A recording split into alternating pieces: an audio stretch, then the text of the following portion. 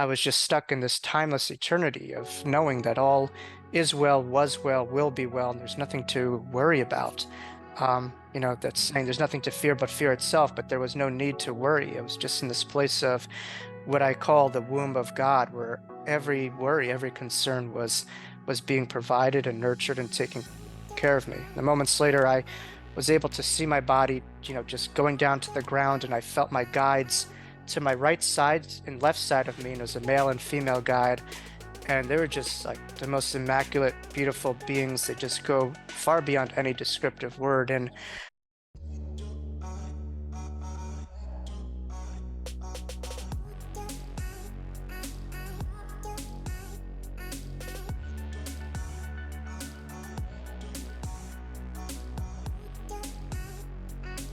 Welcome back to Awaken Minds podcast. Today's guest is Jacob Cooper. Jacob is a clinical social worker, Reiki master, and certified hypnotherapist who joins us today to share his near-death experience at the age of 3.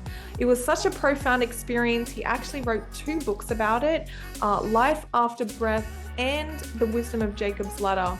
He also has his very own YouTube channel, so I will link that in the description box below if you'd like to check it out.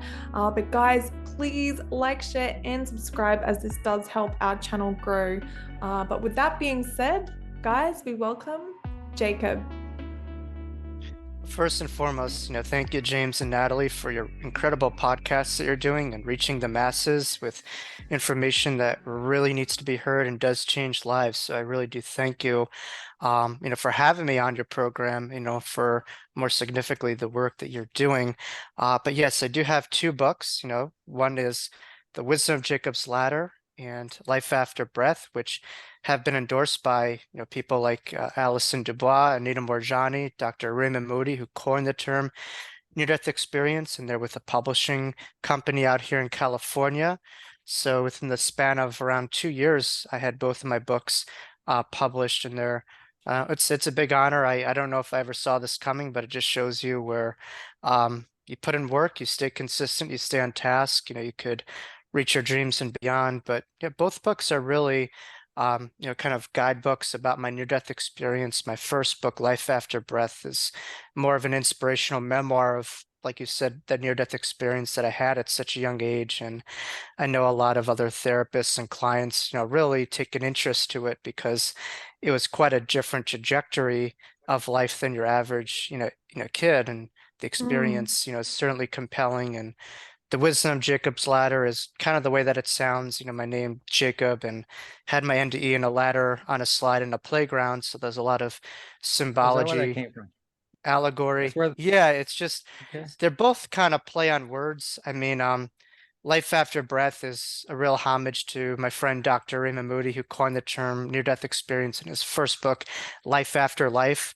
So for myself, I suffocated and there's still life after breath. So yeah, that's where it kind of came from. And the wisdom of Jacob's ladder is, you think of a ladder, there's different rungs, and they're able to elevate your awareness from the ground up. And so hopefully it's a way, both books are a way for people to not need self-induced near-death experiences or even death experiences to remember their own, infinite nature. And so my hope is really, when you climb that mountain, is to just really take people with you and come down with information. And so that, is my goals with my 2 published books. But hopefully for my 3rd book, I'm probably going to go in a, maybe a different direction. So we have that budding in. So I do love to write. I do love to reach people. I grew up in libraries in my later teens, and I would read all the self-help books and spiritual books. And I say, when I die, don't bury me in a cemetery. Bury me on the shelves of the library if they're ever still around when I'm around, because everything's gone. And so, technological based, and now people just want to hear audio books and Kindles and stuff like that. But yeah, I just love being a part of the writing community, and have made a lot of colleagues and friends, top publishers who are in my inner circle. So it is certainly a dream. Fantastic. Wow. That's excellent. Yeah. So do you mind? You go. I'm sorry, go ahead. I was going to ask, so your book actually teaches people how to get the benefits, so to speak, of an NDE without actually having one? Is that what you were Well, saying? how to get to heaven without dying, but really it's a lot of the lessons of my near-death experience is broken up in different chapters. And so it all, it even touches upon some big questions that people may have, such as mental health, suicide. It goes into grief, and stuff like that. And so I use my near-death experience, as a guide and framework for a lot of the ground up issues that I do see in my practice as a mental health therapist and beyond. So it's a segue to other books that I'm going to write, which I know will be the synergy of mental health and spirituality, which is the two worlds that I really am heavily immersed in. And I think they're mental health is spiritual health to me, for sure. Yeah. That's incredible. Yes, sir. Yeah, definitely want to hear about that. Would love to talk about that as well. But I would love to go into your near-death experience. Would you like to take us through, what happened, how it happened, and the experiences thereafter when you passed? Oh, sure, Natalie. It was just September of 1993. So give my age away, I'm 33 right now. So 30 years ago, I had my NDE, 3 decades ago. And I just remember it just like, yesterday. And so certainly within my books, the theme that my editor and I really, worked on was show, don't tell, which is meaning whenever you tell an experience, my goal is really to take people with me, not just, my goal is to show people, not just tell the story, to take them with me first person. And when I do a lot of my public works and presentations, people feel as if they're there. So my goal is to really disattach from this and hopefully for it to be something that people remember within themselves. And I think that's why people are drawn to NDEs, is there's something familiar in what I and thousands of other NDEers are, and about 5 to 10% of the population are experiencing, that strikes a chord of recall and memory. But yeah, I Mm, had my near-death experience as a result of pertussis, otherwise known as whooping cough, which, infants, kids, and adults could lead to quite damaging and even, in my case, fatal situations. I went to a playground, climbed up onto a ladder on a slide, felt my breath really belabored, and eventually I was just pure suffocation, lost, touch of all physical sensations in my body for the most part. Everything was just turning off like a power breaker in a home, and there was nothing that I can do. The last part that I just remembered myself being aware of, in the short, was my own brain, and I was able to see my brain from being disembodied, and I was aware of the brain, and I felt my brain just totally snap in half as if, you're plugged into a wall and you yank out that plug, and that's when I was really able to just, cross over and had this profound tunnel-like experience. And I ascended at an infinite rate where there was no limitation to how euphoric, how good I felt, and how high I was going in an upwards trajectory, on the journey within. And, this took me to being able to have, a lot of different experiences and encounters in my near-death experience, that are in aligned with a lot of the mystical near-death experiences. So there was a distressing component when I suffocated, which, we could get into, but I think that was a great deal of trauma, which I think was a gift that allowed me to remember this fully as if it just happened. As a therapist, there's a dissociative component to trauma, or there's a real visceral component where you feel like you're always in there. And, analogies that I give, September 11th, when I grew up, you'll ask me, what did you do September 12th, September 13th?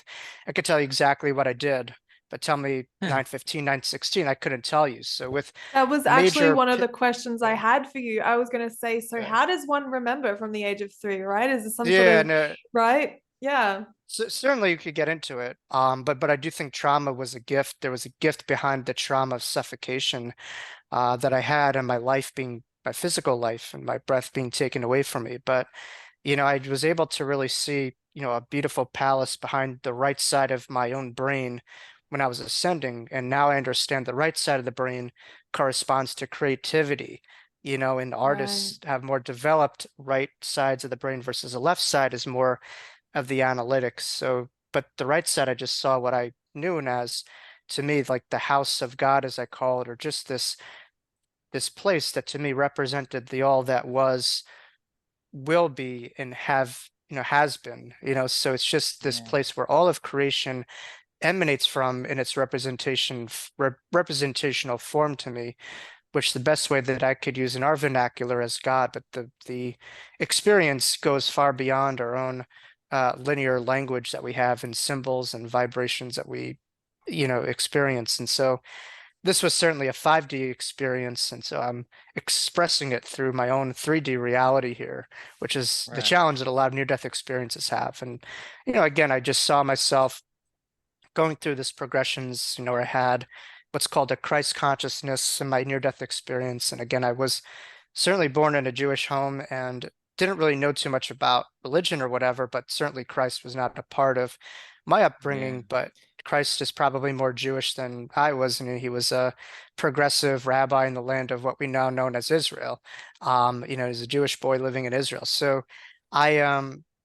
I didn't see Jesus like a lot of near-death experiencers. It was beyond that. It was just the vibrational field and the essence, of Christ consciousness that I was in the presence of. And it was just kind of like this whisper of this field, on the highest octave of reality as we know it.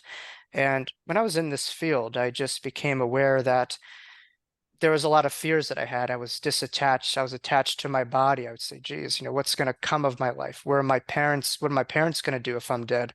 What will I look like? What will I do? And all of those emotions just began to dissipate. And I was just stuck in this timeless eternity of knowing that all is well, was well, will be well, and there's nothing to worry about.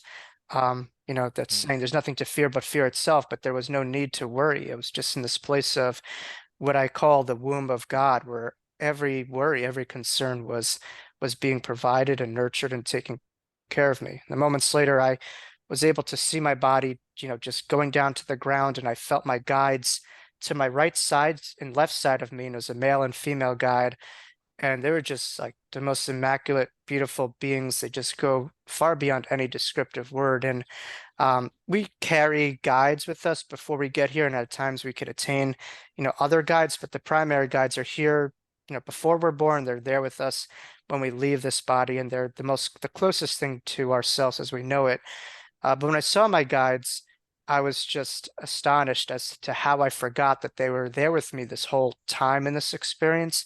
And more importantly, how I forgot of so much that was inside of me this whole time, and that I wasn't just this body, I wasn't just this thing. I was connected to such a bigger reality, as we all are, and my Mm. guides, the degree of respect, admiration, and just how blown away I was by them. They had the same feeling towards myself, which was a weird feeling. Like you could imagine, a celebrity that you feel is so far away from you that you have such an affinity for, and imagine that feeling is that And reciprocated they back to feel the you. same way. Yeah. And it's just the weirdest feeling. You're like who the heck am I for you to feel that? But on the other Mm. side, you are so much more than how we oftentimes see ourselves in this reality, and much more to pass. But certainly, I was able to see, um, infinite amount of angels that was around of me, that was just floating in front of me. I was able to see my body on the ground and myself that was in the disembodied state. I was able to see, guides and angels of people that I was with at the playground in the park on that day. Had awareness of different past lives, and I was aware of my own soul family. So this, was a very profound near-death experience. But, the hardest part of my NDE was, the question, which, NDEers, you're either, are given autonomy as to what you want to do, or you're told, hey, it's not your time. You don't fully Right. cross over and stay there. Otherwise, it would be a death experience, not a near-death experience, Mm. and you'd probably be coming through with some medium and event, but not talking about it. But yeah, they posed a question to me, my guides and the angels, and said, well, what are you going to do? And I just said, if I will continue with this life, why am I here? What's my purpose? Why am I here? And so I just had what's called a life review, which for many, it's common for many near-death experiences where you just get a lot of flashing imagery of your life through the lens of others. But this life review extended itself to past lives and, other lifetimes that I had, but it also Right. went to future events. And I saw myself speaking in front of a lot of people and helping people. And I just said, geez, heaven is always there, but this window to integrate this experience in this reality to me, it triumphs, heaven. Bringing heaven on earth Really? triumphs heaven itself. And so I said, I can't deny that. I agreed that this is what I'm going to commit my life to remind people, of what they're forever connected to. And with that agreement, everything left my immediate awareness, and it just kind of faded, but it was always kind of there with me. So, in a short, there's a lot more details to the NDE that include within my books, but that's just some of the short of it, but certainly it's profound. It's never left me. And it's totally changed the trajectory of my life fully. Yeah. Can I How ask did your you? God, I'm sorry now. No, you go. You go first. Sorry. No, it's your turn. No. So yeah, Jacob, I wanted to ask you, what's it like on the other side? Because when you were talking about seeing the temple and your guides, did it have some sort of physicality to it, or what was it like? You know, it was more of the light realm that I was in where everything was just immaculate light that was emanating from it. But again, the colors are very hard to describe in this reality. It was kind of like a gold color, but I don't want to just shortchange what I was able to see. I'll give you an example. In this reality, color is really derived from the rays of the sun. That's what we know color to be. And it's limited by the rays of the color of the sun. When you go beyond this physical reality, when you go to the other side, there is like, sun that we're limited by. And so the colors over there are much different than over here. But beyond that, when you're looking at a color, you're not just seeing the color, you're seeing the energy of it. And it has a song and a vibration and a frequency. So it's a very visceral experience that you don't just look at color at the face value, you're able to see a great depth of life within that color and what it emanates. And so, yeah, yes, it was fully full in color, but beyond that, the colors were colors beyond this reality. And there was a depth of the colors that I saw that included sound, that included an energy to it. And so it's a much different reality. We're not limited by our five senses or the colors of the sun over Mm. there, if that makes sense. Yeah, I was just Oh, gonna it does. say it sounds like kind of mediumship in a sense. Me and Jimmy are practicing it, and what we do is we extend out into our energy body, so to speak. So to be over there would be no physicality holding you back. It would be just like pure senses. So you're feeling, seeing, sensing everything that kind of has its own language on the other side, which is probably why you can't really explain the colors over there, right? So that's really interesting. Right.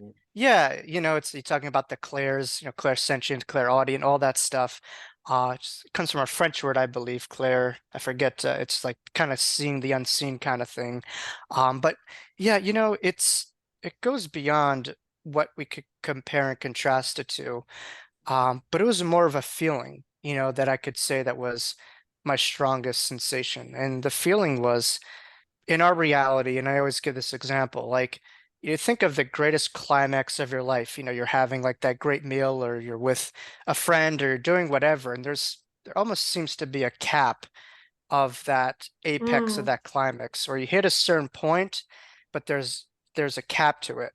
When I crossed over to their side, there was no cap. It was just, euphoria with no limitation of how good I felt, how relieved I felt, how just there was no limitation that I have. And certainly we're bioneurochemical, and so we're kind of limited in a way in this body. When you go and cross over on the other side, there's no limitation to that. And subsequently I've had other experiences, which is common for near-death experiencers to have. There's certainly a lot of after effect gifts that I had, which you could get into, but I notice I and other near-death experiencers have had, either follow-up NDEs or out-of-body experiences. And I had an mm. OBE 2 decades, almost to the day of my near-death experience, the same month, Oh, really? spanned probably 2 decades after. Like So it was an insane. anniversary, so to speak?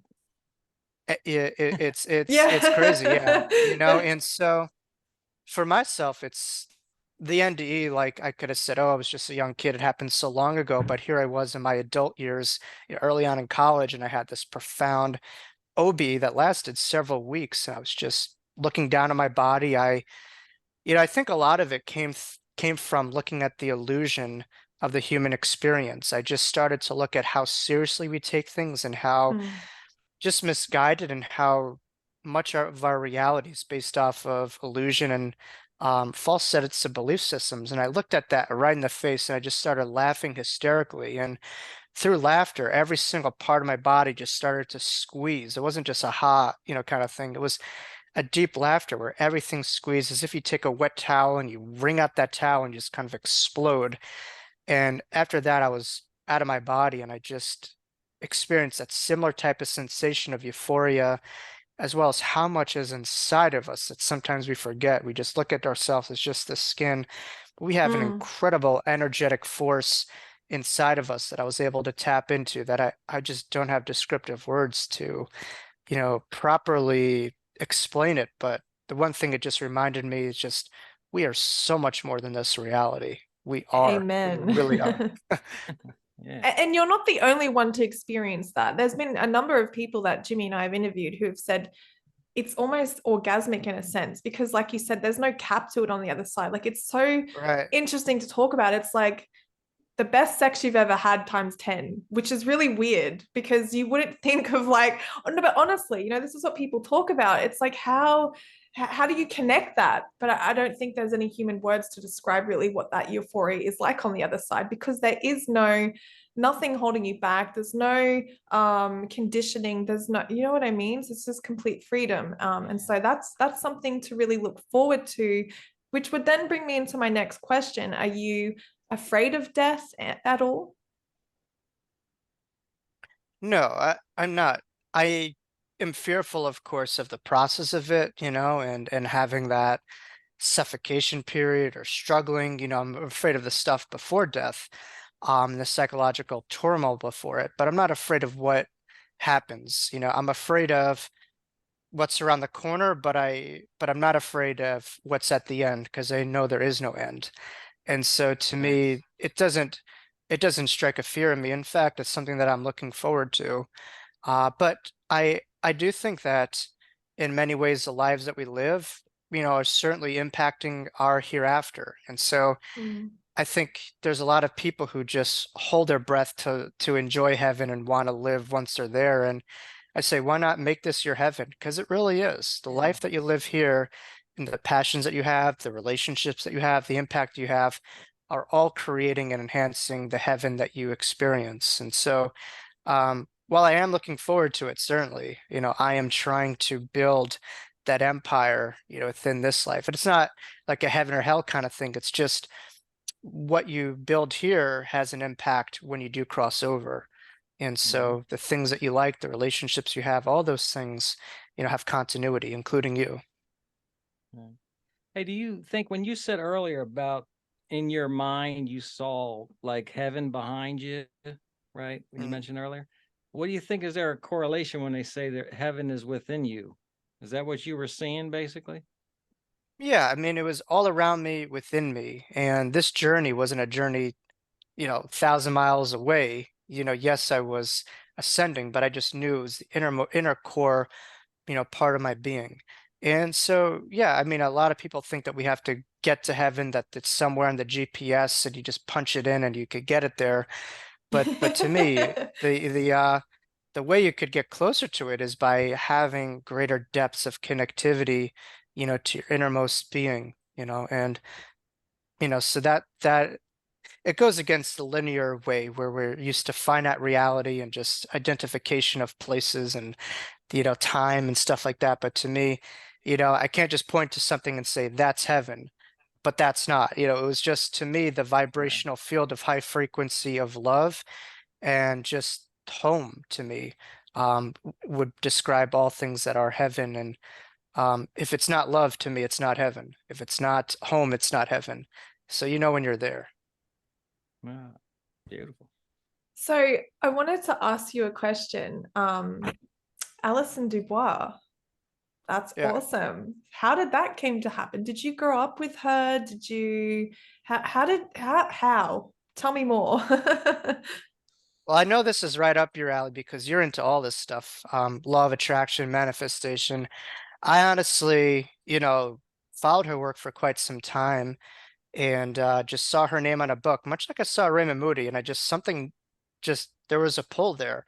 You don't get that with everyone. I just had a pull, and just somehow, I went on the Dead Life show, and I thought there's no way in hell that she's going to entertain me as a guest or whatever, but we connected, and it was a great interview, and we, developed, I would say a colleague, and I had her on my program, but and she was able to endorse my book. And so there's a connection. And I think a lot of that has to do with the pre-life planning, where some people in this life you're meant to connect with. And she's Mm, just one of those stars of many that I'm fortunate enough to connect with. And she's someone who's had such a pivotal impact on this world. But I think our connection was probably the fact that, I was a child very well connected to this stuff, and she, as a child was connected to this stuff too. So there was a lot of parallels and similarities, despite, she was probably raised, I think, in Arizona, and I was raised in a much different environment.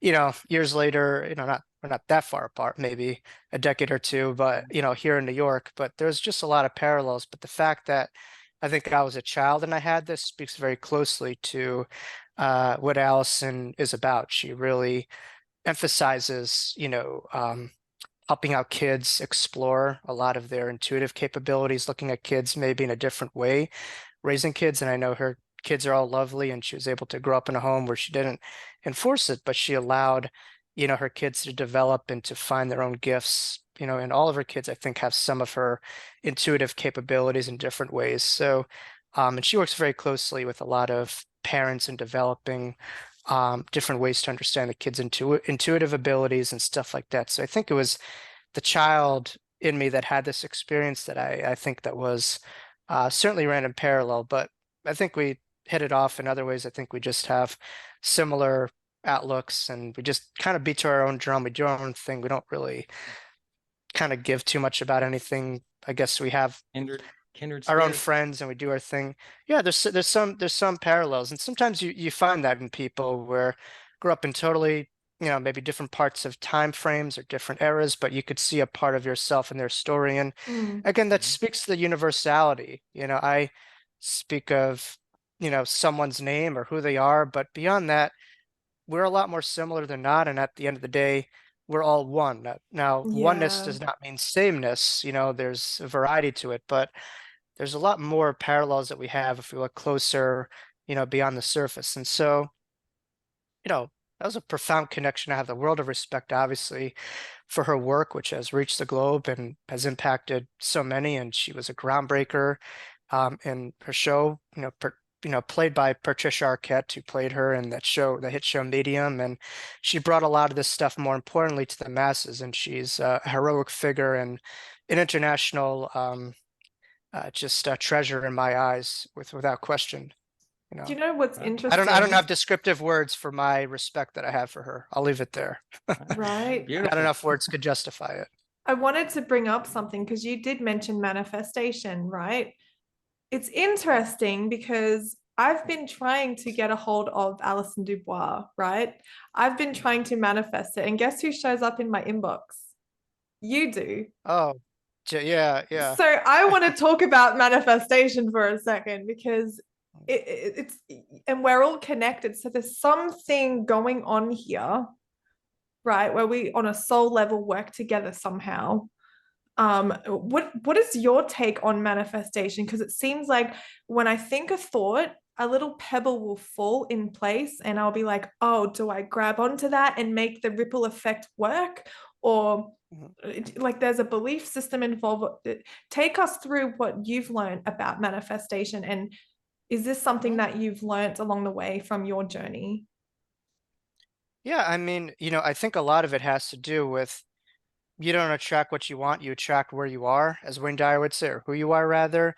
So if you feel undeserving of someone in your life, you're going to get more of that undeserving. If you feel like this is a Mm, possibility, this is what I deserve, then I'll get. But I do think there's a magneticism to it if you just focus enough on one thing. It may not be that you get that person directly, but you may get someone like myself indirectly, and I'm certainly right. no Joe Schmo or whatever, but there's a magneticism to it. And I, how we live over here is how we live over there. So if we're so focused on some things here, if we have connections with people here, we'll have that same type of magneticism when we go over there. I think a lot of it is the ability to focus on something, and that thing just kind of continually builds. Now, it's not like Rapunzel comes out with her hair comes out, to the ground, just kind of wishing for someone to come there, whatever. You have to kind of really go out Mm, and get it. And so, yeah, you mentioned Allison, I mentioned Raymond, I mentioned all these people. And again, people see that, they say, oh, wow, you've written 2 books, you're connected to all these people. What they don't see is the effort that I took and how many doors were yeah. slammed in my face and people who said no. But to me, it was more of a sense of belief that no matter where I go, it's going to be whoever's meant to be there will be there. I'm not afraid of the word no. What I am afraid of is not reaching as many people as I can. And if that means rejection, so be it. It's not about myself. This is about reaching people and hopefully changing lives with the books that I read. And so it never dawned on me to fear as much reaching out to X amount, people who we just put on a pedestal. Because when you break it down, we all have the same struggles. We're all trying to have a struggle with the scale. We're all trying to, enjoy our lives. We're trying to pay the bills, to be healthy, to, battle our own stuff. Like everyone has their own struggle and no one's immunized from that. And so, yeah, I mean, Mm, I've learned, I'm not talking about Allison, let's say, but I've learned, sometimes when there's a certain image of someone and you kind of get to know them a little bit more, you just find the universality that they're not that much different than you, despite maybe right. having more access to wealth and but they have a lot more demons too at the same time with all that power and spotlight that they have that they can't turn off. So the grass Right. isn't always greener, in other words. And I think we just have to embrace where we are and make the most of our own lives and where we are. Yeah. Yeah.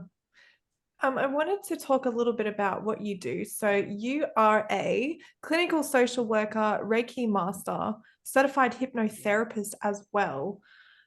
Do you believe that you were taken to this sort of subject matter, or this sort of career, I should say, because of your near-death experience?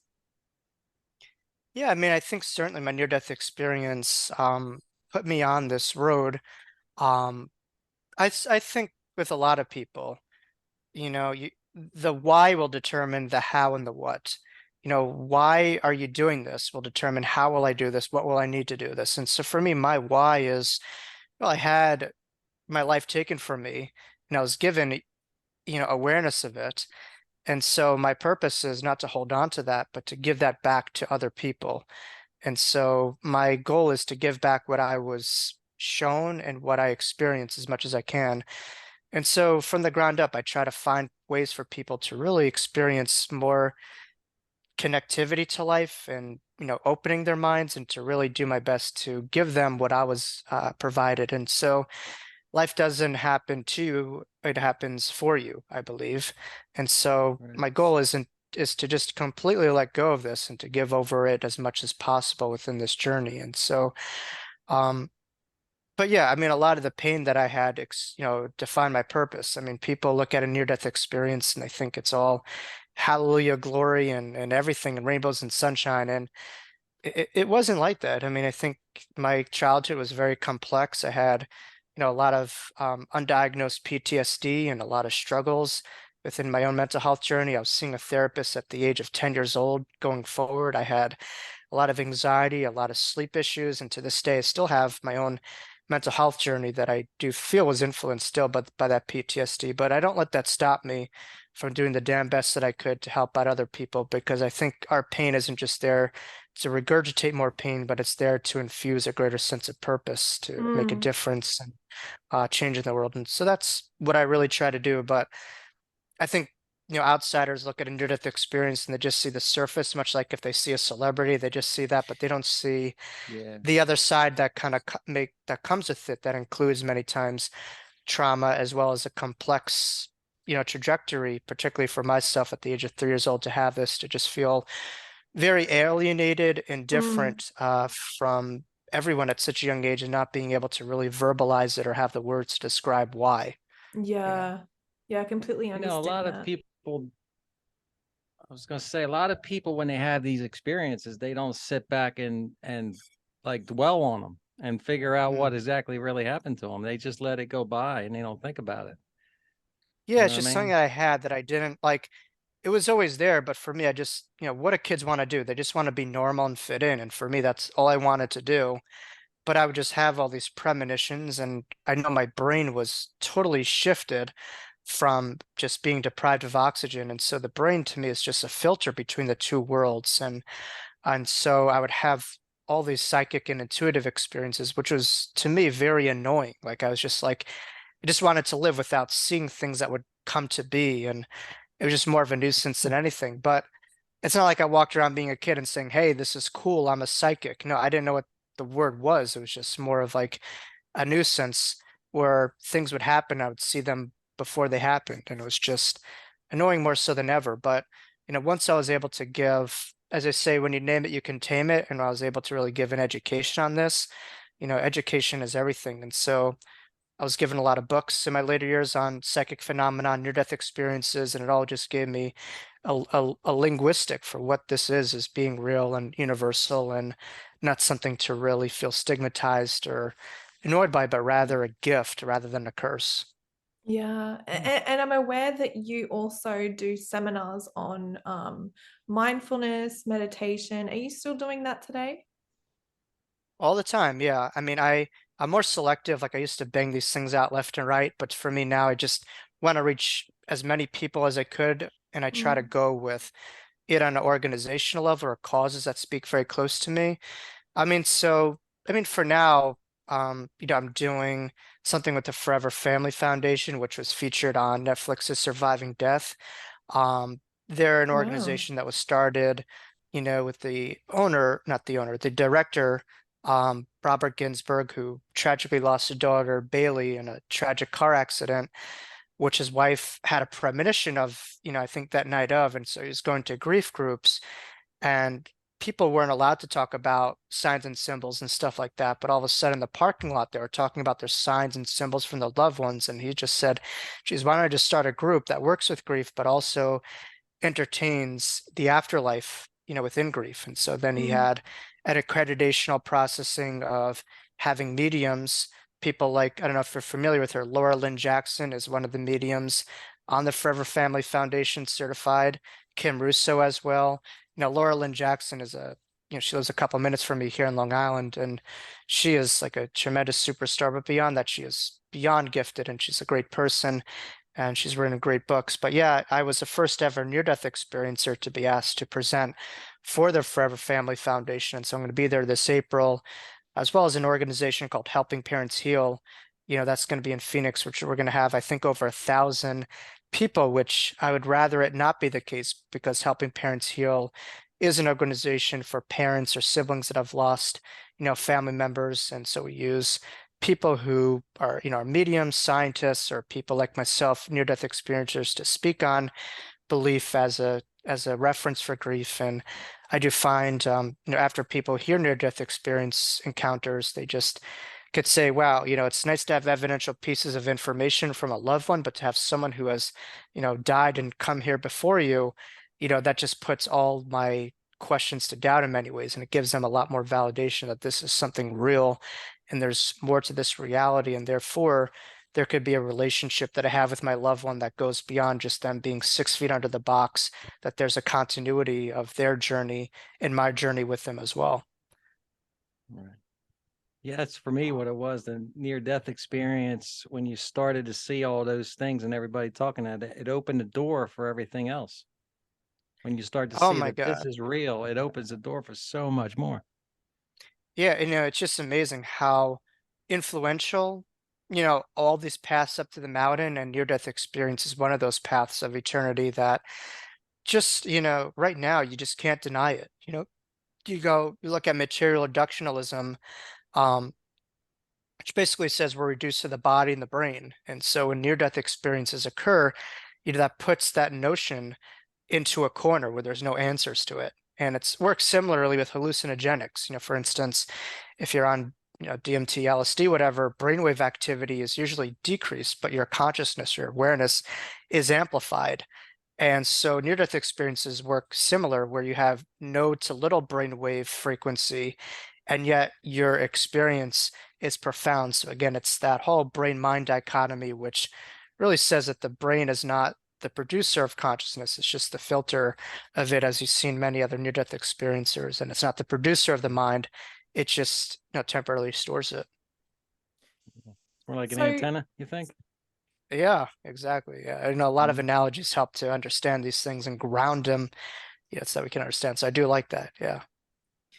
what would you say, Jacob, to those who are watching who might be going through grief, who might be afraid of death? Because for a while there, I was terrified of death. I'm no longer afraid, thank God. I've got much more heightened expansion version of my consciousness now. So, what would you say to those watching who might be grieving? Oh, no, no, there's certainly a lot to say. Um, as a therapist, I'll give an example though. In a one-to-one basis, it's different than a group. In a one-to-one, I once had a client who was going through grief. I didn't say a word, and they said, "Wow, that's the best session I've ever had." And so, in other words, what I Really? what I will say is, people who are grieving, they want to be heard and seen. They don't want to be Yeah, spoken at. They don't want to be say, "Hey, your loved one's in a better place." And I know a lot of people come from good places, but they want to be met where they're at. And so, you know, it's different when I'm in one-to-one versus when I'm on the stage and I just have to talk about these things.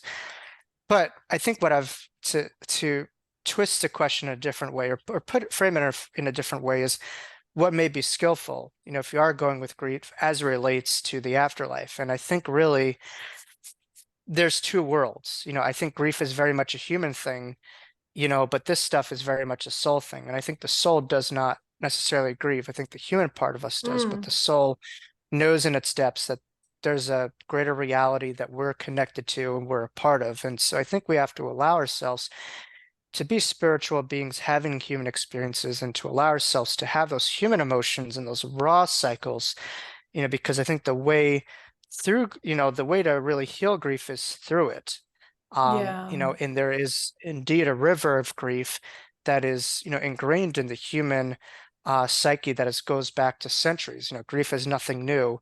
And so I think really we have to entrust that intelligence that's within us, within animals, to really just allow it to unfold. And the river of grief will take you to where you need to go. It will take you from your own dire pain into, maybe potentially finding a meaning and a new dynamic with that loved one.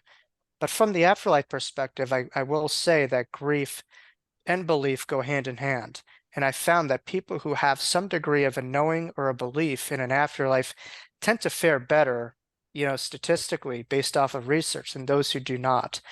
And so let's Mhm. say all this is sheer fantasy and wishful thinking, which obviously, hard science and just case studies have really been able to disprove that this notion that this is all that there is.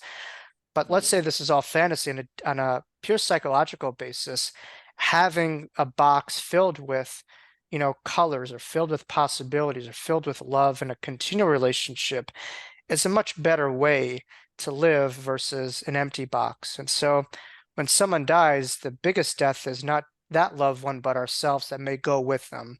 As I say, when that person dies, a part of us dies. And so I think people need to find life in a newfound way, in a newfound connection when someone's body is planted for a new seed to really grow from that. So we want to bury the body, but not bury the soul in that connection, if that makes sense. Yeah. all right. I Go just wanted ahead. to ask Jimmy if you had any more questions because I think we can wrap up Oh, the podcast as well. It's actually incredible. I'm really happy with it. Unless there's anything that you would like us to go into beforehand, for yourself, Jacob. There's certainly so much more, but the last message, before we potentially depart is I think what you're doing is great because you're giving information. And information is so pivotal to our worldviews, to our outlooks, and so we're getting different types of information. There's a big correlation with how we view this reality, and so this ties into grief. This ties into all areas, but I think it's very important for people to be curious about the way that they see reality. Long ago, and again, some people, they may still believe in this notion, that's okay, but there was a notion that this world is flat and this is all there is, and that is it. And so that's belief and that degree of information informed behaviors where people just kind of stick with a certain part of the world and not venture beyond that. And that's just was their reality. Mm. But then came some explorers who challenged that notion, who had different set of belief systems, and people went on expeditions and they found, wow, there's more than just what we saw reality as. And all of a sudden there was elasticity of the box of reality. And I think that applies to our world. That's an allegory for our world. For a lot of people, they're very comfortable just holding on to the stagnant box of reality that they get with their information from various different belief systems, and they'll say that is reality. That is not reality. That is a death. It's a If you're very not limited growing, reality. yeah, if you're not growing, to me, you're not living. And Mm. so I think it's important to learn how to constantly stretch out those parameters of reality as we know it, and to challenge the notions of truth. And so when people ask me to define God or to define the other side, I say each day that I live is a new way and a new depth of understanding for this, infinite reality.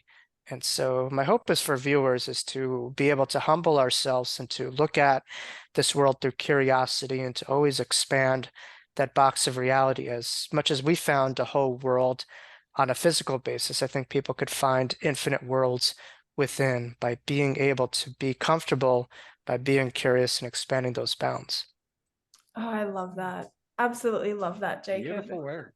Yeah. And for the viewers watching as well, if you would like some of them to find you, would they be able to contact you on Facebook or your YouTube channel? Where can they contact you? Yeah, I'm not one of these people who has five handlers that you have to go through or stuff like that. I'm just a one-man wrecking crew. So, you can contact me directly. I'm just a guy. So, yeah, you could find me on Facebook, Instagram, Jacob Cooper, LCSW. Each day I try to give something inspiring, which I view as the oxygen of the soul.